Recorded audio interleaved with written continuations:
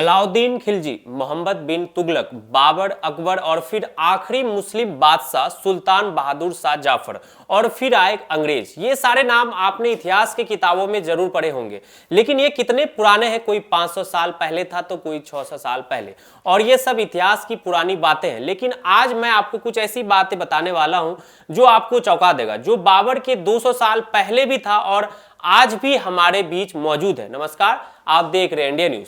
जी हां, बिल्कुल सही सुना आपने। एक ऐसी चीज जो पिछले 700 सालों से भी ज्यादा वक्त से हमारे बीच मौजूद है।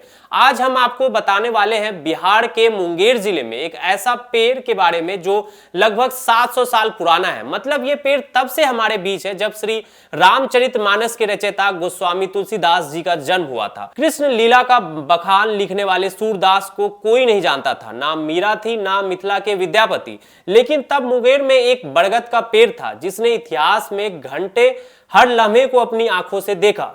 कई राजवंश बदले, शहरों का स्वरूप बदला, लेकिन मुंगेर की धरती पर खड़ा एक विशाल वट वृक्ष आज भी अपनी जड़ों के साथ मजबूती से खड़ा है। करीब 700 वर्ष पुराने इस बरगद को आप देश के महत्वपूर्ण प्राकृतिक धरोहर में शामिल करने की तैयारी शुरू हो गई है। वन विभाग ने इसे हेरिटेज ट्री घोषित करने की प्रक्रिया शुरू कर दी है। इसके बाद वैज्ञानिक तरीके से इसके संरक्षण और देखरेख की योजना बनाई जाएगी। मुंगेर के आईटीसी पार्क परिसर में स्थित यह विशाल वट वृक्ष केवल एक पेड़ नहीं बल्कि 700 वर्षों के इतिहास का जीवंत दस्तावेज है। माना जाता है कि इस वृक्ष ने कई साम्राज्यों के उत्थान पतन, सामाजिक बदलाव और ऐतिहासिक घटनाओं की अपनी आंखों के सामने गुजरते देखा है। वर्ष 2022 में बिहार जैव विविधता बोर्ड की ओर से राज्य के 32 प्राचीन वृक्षों का सर्वेक्षण कराया गया था।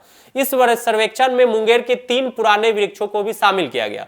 इसके बाद लखनऊ स्थित बिरबल साहनी पुराविज्ञान संस्थान के वैज्ञानिकों ने आईटीसी परिसर में मौजूद इस बरगद का वैज्ञानिक अध्ययन किया। वैज्ञानिकों ने कार्बन डेटिंग पद्धति के माध्यम से वृक्ष के तने और सूख चुकी जटाओं के नमूने एकत्र किए। लंबे समय तक चल रहे शोध और जांच के बाद यह पुष्टि हुई है कि वट वृक्ष लगभग 700 वर्ष पुराना है। अध्ययन में इसे देश का सबसे पुराने जीवित वृक्षों में से एक माना गया। इसकी उम्र और संरचना ने वैज्ञानिकों को भी हैरान किया है। करीब 100 मीटर के दायरे में फैले इस पेड़ की ऊंचाई लगभग 60 फीट है। इसकी सैकड़ों हवाई जड़ें जमीन तक पहुंचकर नए तने का रूप ले चुकी है। अपने विशालता के कारण लोगों में आकर्षण का केंद्र भी रह चुका है। ये दूर से देखने पर यह वृक्ष किसी छोटे जंगल की तरह दिखाई देता है। स्थानीय लोगों के अनुसार यह वृक्ष वर्षों से लोगों के लिए पहचान का केंद्र रहा है। कई पीढ़ियों ने इस बरगद को उसी स्थान पर खड़ा देखा है।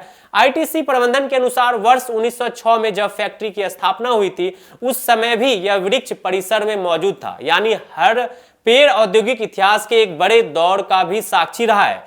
वन प्रमंडल पदाधिकारी अमरीश कुमार मल ने बताया कि इस वृक्ष को हेरिटेज ट्री घोषित करने की प्रक्रिया शुरू कर दी गई है।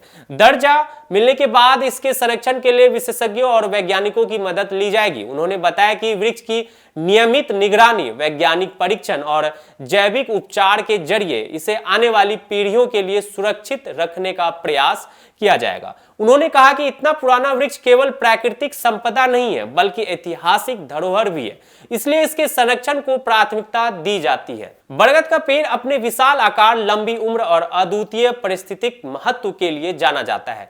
यह भारत का राष्ट्रीय वृक्ष है जो ऑक्सीजन का बेहतरीन स्रोत है, वन्य जीवों का आश्रय प्रदान करता है और आयुर्वेद में कई बीमारियों के इलाज के लिए महत्वपूर्ण माना जाता है।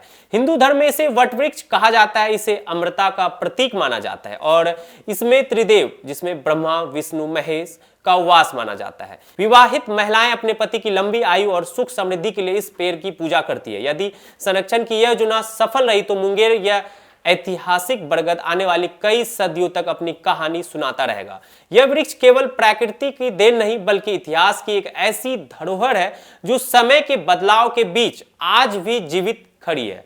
आप देख रहे थे इंडिया न्यूज। नमस्कार।